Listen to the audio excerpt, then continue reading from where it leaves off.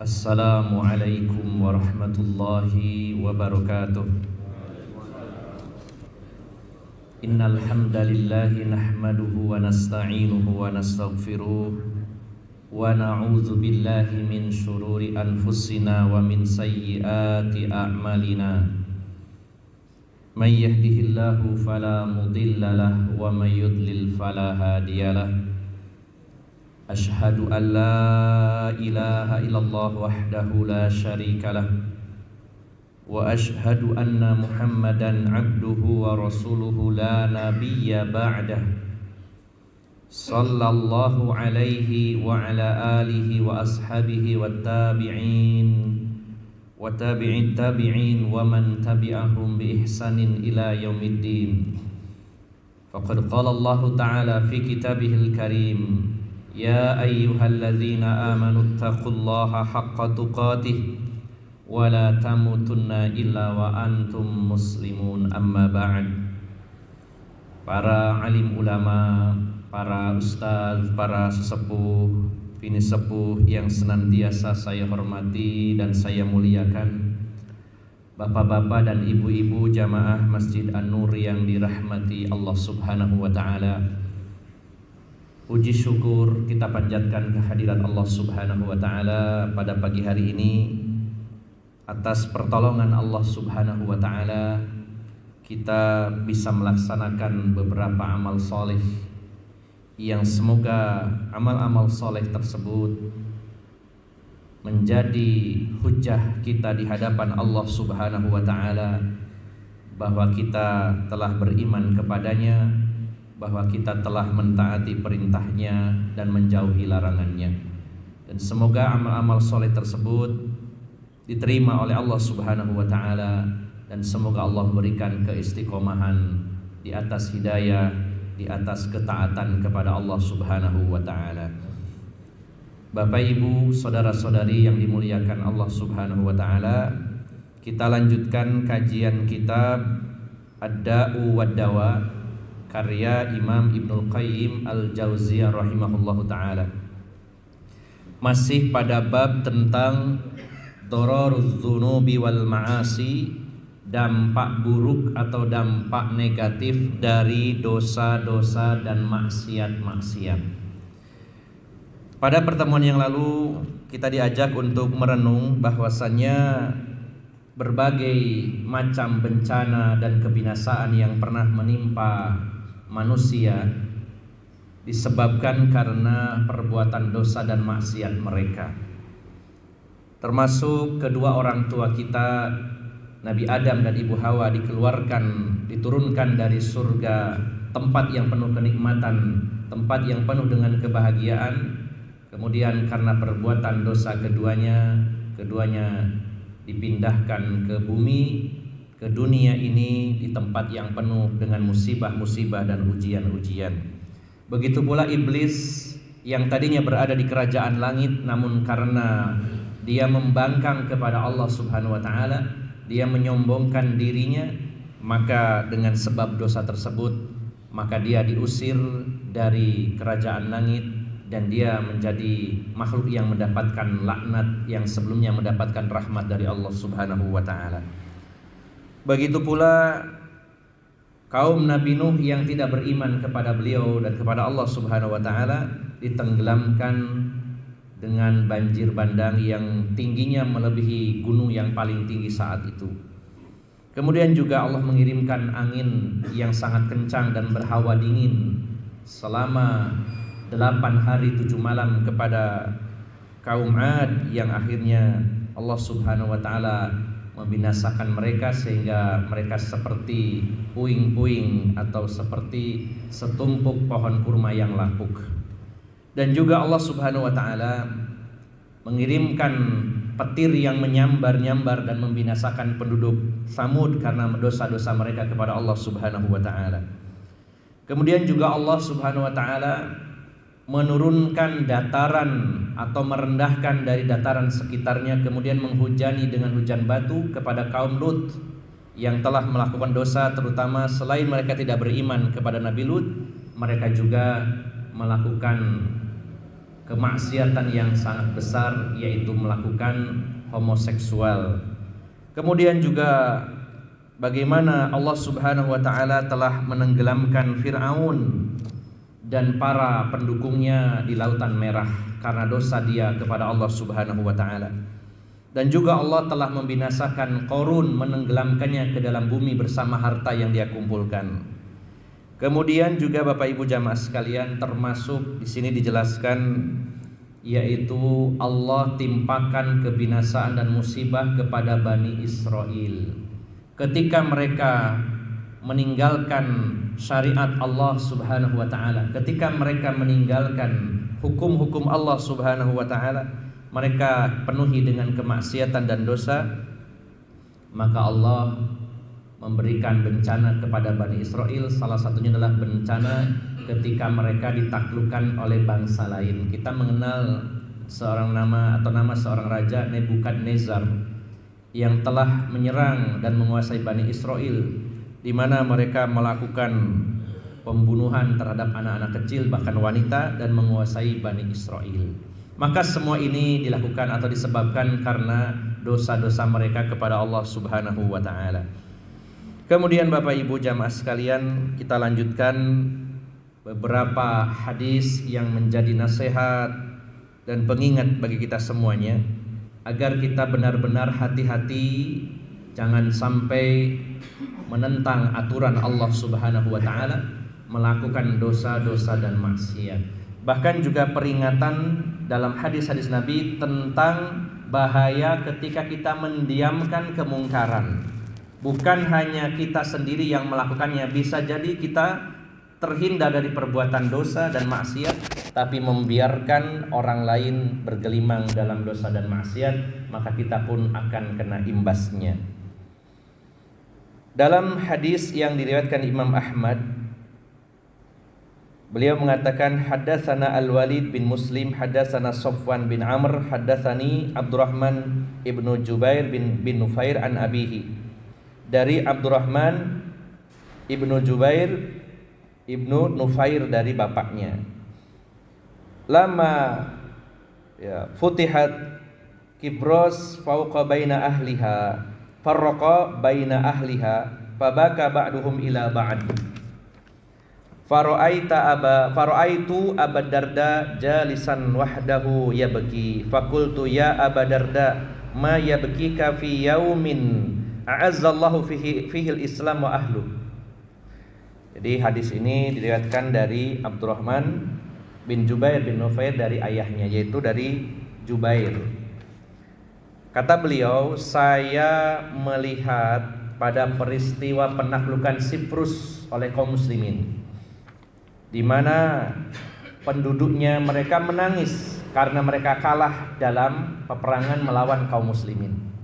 Islam melakukan invasi perluasan wilayah dengan berperang dan menaklukkan Siprus, di mana akhirnya jatuh ke tangan kaum muslimin dan penduduknya antara mereka menangis. Allah cerai beraikan penduduknya dan mereka menangis.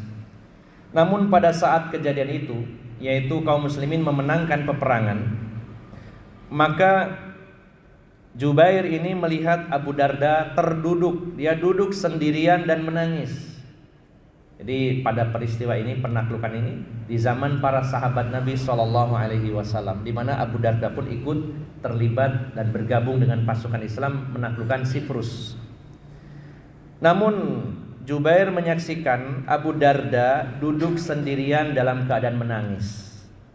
Maka kata Jubair, beliau berkata, wahai Abu Darda, mengapa Anda menangis pada hari di mana Allah memuliakan Islam dan pemeluknya?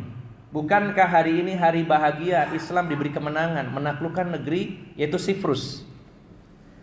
Maka Abu Darda mengatakan, waihaka ya Jubair, ma ahwanul khalqi 'ala Allahi azza wa jalla idza adau amrah, bainama hiya ummatun qahiratun zahiratun lahumul mulk, taraku amrallahi fasaru ila ma tara. Celakalah wahai engkau Jubair, saya menangis, saya merenung betapa Allah Subhanahu wa taala merendahkan dan menghinakan satu kaum ketika mereka juga meremehkan dan merendahkan hukum Allah Subhanahu wa taala. Bukankah negeri Siprus ini yang dikuasai oleh Romawi adalah negeri yang sangat kuat. Mereka memiliki kekuatan, mereka memiliki pasukan, mereka memiliki kekayaan, mereka memiliki kerajaan yang kuat. Namun ketika mereka meninggalkan perintah Allah Subhanahu wa taala, maka jadilah mereka seperti yang kamu saksikan pada hari ini. Jadi ini kekalahan dari musuh yang tadinya negara ini negara kuat, negara yang hebat, negara yang sangat besar powernya. Namun pada saat itu jatuh ke tangan kaum muslimin dan Allah hinakan penduduknya. Dan pada saat itu Abu Darda menangis karena betapa ternyata perbuatan dosa itu menyebabkan kekalahan. Beliau justru menangis karena merasa sedih. Ternyata ini pun bisa saja menimpa kaum muslimin ketika mereka meninggalkan perintah-perintah Allah Subhanahu wa taala, meninggalkan hukum-hukum Allah Subhanahu wa taala, maka yang tadinya kuat akan menjadi lemah dan akan dihinakan oleh Allah Subhanahu wa taala. Dengan kata lain Bapak Ibu jamaah sekalian, pelajaran yang dipetik oleh Abu Darda bahwa karena perbuatan dosa satu bangsa dikuasai oleh bangsa lain, maka tentunya kita ingin segera bangkit dari keterpurukan ini. Namun diawali dengan introspeksi diri bahwa berapa banyak dosa kita lakukan dan berapa banyak pembiaran kemungkaran terjadi di negeri ini salah satunya.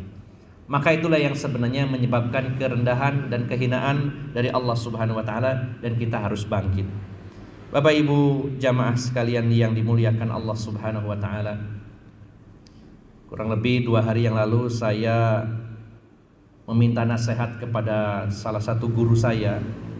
Beliau seorang kiai sepuh, tokoh Muhammadiyah di Kerembung. Beliau Bapak Sohib ya, Ahmad Sohib. Dan dulu saya sering bermalam di rumah beliau, kemudian juga sering diajak mengaji ke Porong waktu itu, ke Kiai Abdurrahim Nur ya waktu itu. Saya 2 hari yang lalu minta nasihat kepada beliau, Kiai, saya merasa belum bisa berbuat banyak untuk kaum muslimin terutama sesuai kapasitas saya. Ya, kita melihat bagaimana nasib saudara kita secara global di Palestina, terutama di Gaza. Belum lagi di negeri ini betapa lemahnya kaum muslimin dan betapa kurang ajarnya musuh-musuh Islam pada hari ini merendahkan kaum muslimin. Maka berilah saya nasihat, apa saran yang bisa panjenengan sampaikan kepada saya. Maka beliau hanya mengatakan dengan singkat bahwa panjenengan termasuk punya tugas, yaitu membangunkan, mengingatkan saudara-saudara kalian jangan sampai lengah dan jangan sampai tertidur. Sebagai seorang dai, kewajibannya adalah apa? Mengingatkan, mengajak, menguatkan kaum muslimin, jangan dibiarkan terlena bahwasanya musuh-musuh Islam mengincar kita setiap saat. Ini sebuah nasihat yang begitu luar biasa bagi saya, karena kadang-kadang kita ini bingung. Sebenarnya kita harus apa yang kita lakukan pada hari ini. Maka salah satu upaya kita ini adalah selain menyadarkan diri kita sendiri, menyadarkan saudara-saudara kita. Nah, maka Bapak Ibu jamaah sekalian yang dimuliakan Allah Subhanahu wa taala, maka kejadian yang menimpa Siprus, sebuah bangsa yang besar, yang kuat, yang kokoh, akhirnya dikalahkan oleh kaum muslimin, dan pelajaran yang bisa kita ambil bahwa disitulah kebinasaan dan kehancuran yang disebabkan karena dosa-dosa dan maksiat, karena meninggalkan perintah-perintah Allah Subhanahu wa taala. Kemudian Bapak Ibu jamaah sekalian, kita lanjutkan lagi di dalam riwayat yang lain, yaitu dari Ali bin Ja'ad. Beliau mengatakan bahwasanya Syu'bah bin Amr bin Murrah, beliau berkata, saya telah mendengar Abul Bukhtari berkata, beliau mengatakan, akhbirni ya man sami'an nabiyya sallallahu alaihi wasallam yaqul. Tolong beritahukan kepada saya, kata Abul Bukhtari, beritahukan kepada saya apa yang telah didengar dari Nabi sallallahu alaihi wasallam. Maka yang pernah disampaikan Rasulullah sallallahu alaihi wasallam, beliau bersabda, lan yuhlikan nasa hatta ya'diru min anfusihim. Sesungguhnya manusia itu tidak akan dibinasakan sampai mereka melakukan perbuatan-perbuatan dosa, mereka berbuat zalim kepada diri mereka sendiri. Kemudian dalam Musnad Imam Ahmad dari hadis Ummu Salamah, beliau berkata dari Ummu Salamah, sami'tu Rasulullah sallallahu alaihi wasallam yaqul, saya telah mendengar Rasulullah sallallahu alaihi wasallam bersabda, idza dhaharatil ma'asi fi ummati ammahumullahu bi'adzabin min indih. Rasulullah bersabda, apabila telah nampak kemaksiatan di tengah-tengah umatku, bila kemaksiatan sudah merajalela di tengah-tengah umat Islam ini, maka Allah Subhanahu wa taala akan menimpakan musibah-musibah, akan menimpakan adab secara menyeluruh dari sisinya. Kemudian Ummu Salamah bertanya kepada Rasulullah, ya Rasulullah, ama fihim yauma idzin unasun salihun? Apakah pada saat itu ada orang-orang soleh wahai Rasulullah? Di Ummu Salamah mendengar Rasulullah bersabda bahwa Allah akan menimpakan musibah bencana secara merata, secara menyeluruh di tengah-tengah umat ini ketika kemaksiatan merajalela. Lalu ditanya, apakah di tengah-tengah mereka ada orang-orang soleh? Maka Rasulullah menjawab, bala, iya. Lalu kata Ummu Salamah, kaifa yasna'u biulaik? Lalu apa yang mereka lakukan atau apa yang akan mereka rasakan dan mereka akan mereka timpakan, ya. Maka beliau bersabda, yusibuhum ma asaban nas tsumma yusiruna ila magfirati minallahi wa ridwan. Jadi kalau di tengah-tengah umat ini sudah merajalela kemaksiatan, walaupun di tengah-tengah mereka ada orang-orang soleh, tapi orang-orang soleh ini tidak berbuat untuk mengingatkan mereka, maka Allah akan tetap timpakan bencana itu secara menyeluruh. Namun nantinya pada saat dibangkitkan di hari kiamat, orang-orang soleh ini akan diampuni oleh Allah Subhanahu wa taala, tapi tetap terkena imbasnya. Jadi Bapak Ibu jamaah sekalian, ini adalah keadilan Allah Subhanahu wa taala. Maka para pendosa yang dibiarkan oleh orang-orang soleh, maka semuanya akan secara merata ditimpakan musibah dari Allah Subhanahu wa taala. Walaupun nanti pada saat hari kiamat tentu perhitungannya akan berbeda, karena kesolehan mereka secara pribadi mereka diampuni oleh Allah Subhanahu wa taala. Namun yang perlu kita garis bawahi Bapak Ibu jamaah sekalian, ketika orang-orang soleh ini membiarkan kemungkaran terjadi, maka tetap terkena imbasnya di dunia ini, mendapatkan azab dan kemurkaan Allah Subhanahu wa taala secara merata. Maka Bapak Ibu jamaah sekalian yang dimuliakan Allah Subhanahu wa taala, hal ini disebabkan karena merajalelanya maksiat, dosa-dosa dan pembiaran-pembiaran dari orang-orang baik yang menyaksikan perbuatan dosa tersebut. Kemudian Bapak Ibu jamaah sekalian, di dalam marasil hasan, jadi marasil ini mursal ya, ada hadis yang mursal artinya berhenti sampai kepada tabi'in. Namun dikatakan dari Nabi SAW, dan ada catatan kaki ini hadisnya dhaif, namun secara makna adalah benar, sebagaimana juga dikuatkan dalam hadis-hadis yang lain. Dari Nabi SAW beliau bersabda, la tazalu hadhil ummati tahta yadillahi wa fi kanafihi malam yumali'u qara'uha umara'aha wa malam yuzaki sulaha'uha fujuraha wa malahum yahinu khiyaruha ashraruha fa idahum fa'alu dzalika rafa'allahu yadahu anhum thumma sallatu alaihim jababirathum fayasumunahum su'al adzab thumma darabahumullahu bil faqah wal faqr. Rasulullah menyatakan tidak henti-hentinya tangan Allah berada, umat ini akan berada di bawah tangan Allah dan perlindungannya selama para pembaca Al-Quran tidak menjadi kaki tangan para penguasa. Maksudnya Rasulullah menyatakan Allah Subhanahu wa ta'ala akan senantiasa melindungi satu kaum dengan tangannya selama di tengah-tengah kaum tersebut para pembaca Al-Quran, para ulamanya, para dai-dainya tidak menjadi kaki tangan para penguasa yang zalim. Satu. Kemudian yang kedua, selama orang-orang soleh itu tidak mendukung orang-orang fajir, orang-orang baik mendukung orang-orang yang jelek.